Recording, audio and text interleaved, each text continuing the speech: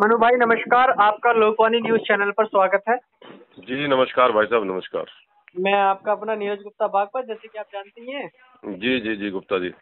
हम आपसे थोड़ा सा जानना चाहेंगे कि जिस प्रकार से आप मूवी देख करके आए हैं, पिक्चर देख कर आए हैं, वो कश्मीर फाइल्स, जी उसके बारे में आप क्या कुछ हमारे साथ में साझा करना चाहते हैं? क्या कुछ आप उनके बारे में हमारे से बात करना चाहते हैं सर? मैं सबसे पहले तो यही एक बार अपील करना चाहूंगा हाँ जी। सभी भारतवासियों से कि एक बार थोड़ा समय निकाल करके फोन बंद करके इस मूवी को आराम से देखें।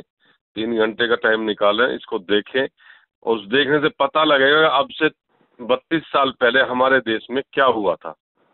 जी। एक जो विशेष समुदाय जिसको अल्पसंख्यक कहा जाता था वो बहुसंख्यक हो गया, और बहुसंख्यक होने के बाद जो वहाँ हिंदू था वो अल्पसंख्यक हो गया। जी। जनसंख्या हिंदुओं की घटती चली गई, और जनसंख्या घटने के बाद जो उन्होंने अत्याचार किए उसमें स्पष्ट दिखाया गया है।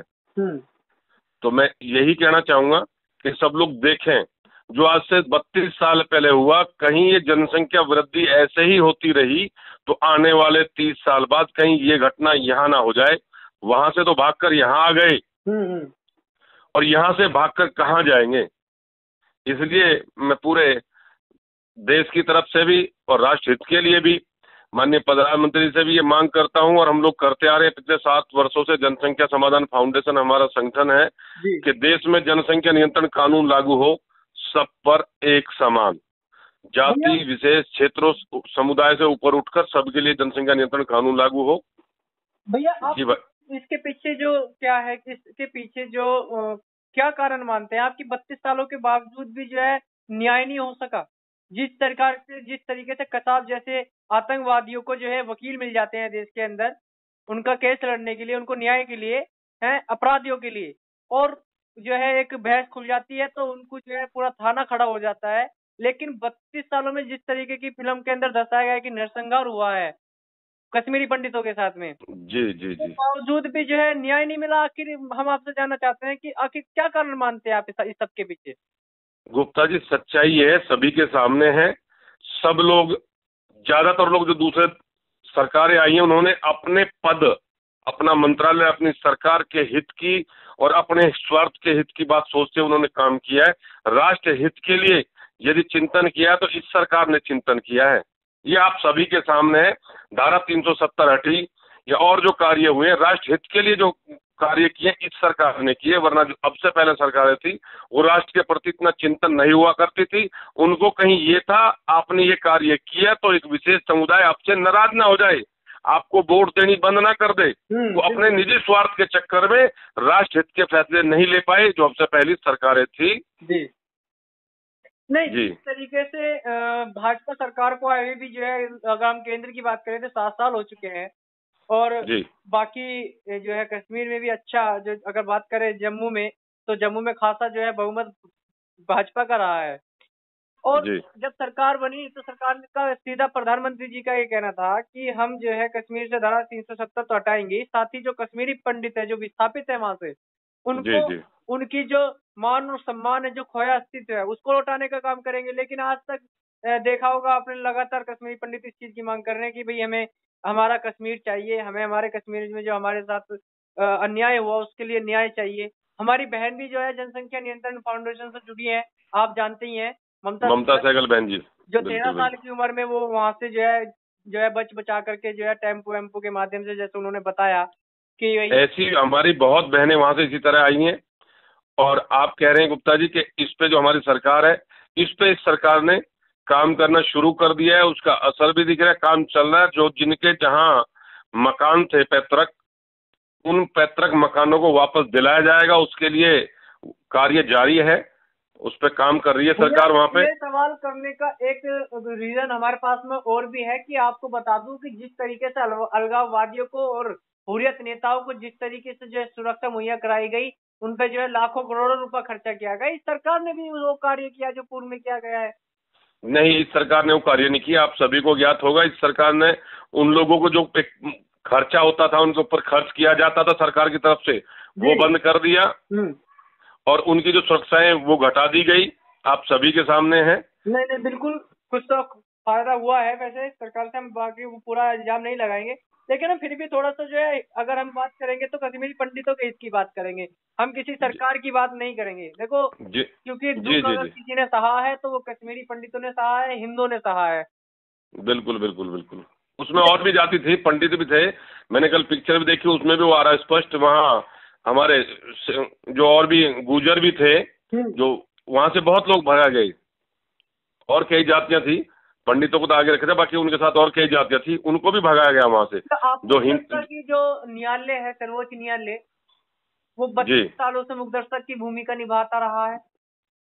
आप ही के सामने है, ये हमारा कितना लंबित पड़ा था राम जन्म भूमि वाला मामला, बिल्कुल 500 वर्षों से अधिक। बस बहुत ऐसी चीजें हैं कि कहीं ना कहीं सरकार को कड़े स्टेप उठाने पड़ रहे हैं, और उठा भी रही है। बहुत समस्याएं हैं देश में, धीरे धीरे बहुत समस्याएं खत्म कर दी है, और भी समस्याएं खत्म कर देगी सरकार।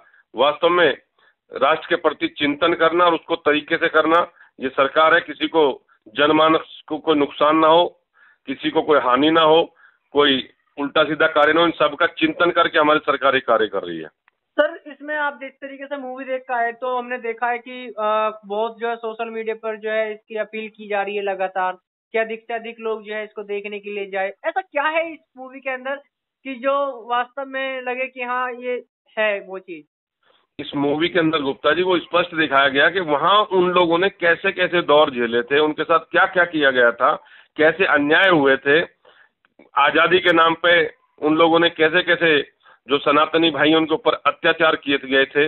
उनको स्पष्ट कहा गया था कि यहाँ रहना है तो अकबरू अल्लाह कहना होगा, वरना घाटी खाली कर दो या कन्वर्ट हो जाओ या मारे जाओगे, और अपनी बहन बेटियों को यहीं छोड़ के जाओगे। ये उस मूवी के अंदर बहुत कुछ चीजें ऐसी दिखाई गई हैं जो सच में उनके साथ हुई हैं, और जब उनको देखते हैं तो रोना आ जाता है आदमी को। बिल्कुल भैया, बिल्कुल आप सही कह रहे हैं, क्योंकि कुछ लोगों को हमने देखा है बाहर निकलकर जो है बिल्कुल जोश के साथ में एक ज्वाला सी उनके अंदर नजर आ रही थी ये मूवी देखने के बाद। जब वो बाहर निकले हॉल से, रोने की भावुकता तो नजर आई, लेकिन इसके साथ में एक जोश भी नजर आया, गुस्सा भी नजर आया कहीं ना कहीं लोगों के अंदर। जी भाई साहब, जी भाई साहब, तो ये वास्तव में हुआ है उनके साथ। वो उसमें दिखाने की कोशिश की गई, कोई गलत नहीं दिखाया गया, लेकिन जो सच्चाई थी वो सच्चाई लोगों के सामने रखने की कोशिश की गई है। बाकी अत्याचार और भी बहुत हुए हैं, लेकिन जितना दिखा सके उन्होंने कुछ दिखाया। उसको देखने का जो लोग पहुंच रहे हैं और जो ना पहुंच रहे, मैं उनसे पुनः अपील करता हूँ वो भी पहुंचे, एक बार देखें कि सच में हुआ क्या था। भैया इस मूवी के जो डायरेक्टर है अग्निहोत्री, उनको लेकर क्या कहेंगे आप? मैं उनको बहुत बहुत धन्यवाद देना चाहता हूँ, अग्निहोत्री जी, अनुपम खेर जी। इन्होंने एक सच्चाई को हम सब के सामने लाया, क्यों हम लोग जब तक देख नहीं पाते, जब तक हमारे सामने, हम लोग इंडियन लोग कहने पे जब कम विश्वास करते हैं, उसमें एक सच्चाई दिखाई गई, देखते हैं तो महसूस होता है कि हाँ कितना अत्याचार किया गया हमारे लोगों के साथ। अच्छा, कुछ लोग जो है इसको मनगढ़ंत बता रहे हैं, कुछ लोग इस पर जो है सवाल निशान भी उठा रहे हैं। जो मनगढ़ंत बता रहे हैं ना, वो एक बार वहां जाके देखें, सारी चीजें के अवशेष भी मिलेंगे, और जो लोग वहां से विस्थापित होकर हमारे यहाँ रह रहे हैं उन लोगों से एक बार जाके मिले, वो सच्चाई वो भी बता देंगे। यहाँ कश्मीरी पंडित अभी भी टेंटों में रह रहे हैं।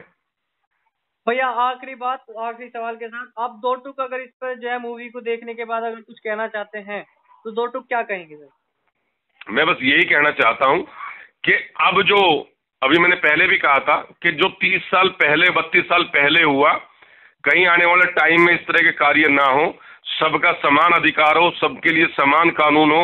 इसलिए जनसंख्या नियंत्रण कानून देश में लग जाना चाहिए राष्ट्र हित के लिए, वरना देश में गृह युद्ध होगा।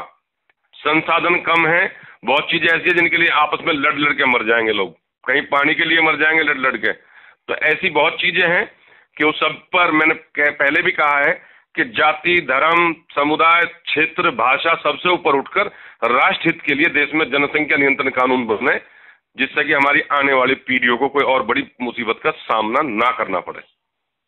चलिए भैया, बहुत बहुत अच्छा लगा आपसे बात करके, और हम तो आशा करेंगे कि भाई जो भी आपकी अपील है जनता से, वो आपको की अपील जो है सार्थक हो, आगे बढ़े जी जी हमारे चैनल के माध्यम से। और बाकी बस आपका बहुत बहुत धन्यवाद जुड़ने के लिए लोकवाणी न्यूज चैनल पर। जी धन्यवाद, नमस्कार भाई साहब। नमस्कार भैया, नमस्कार।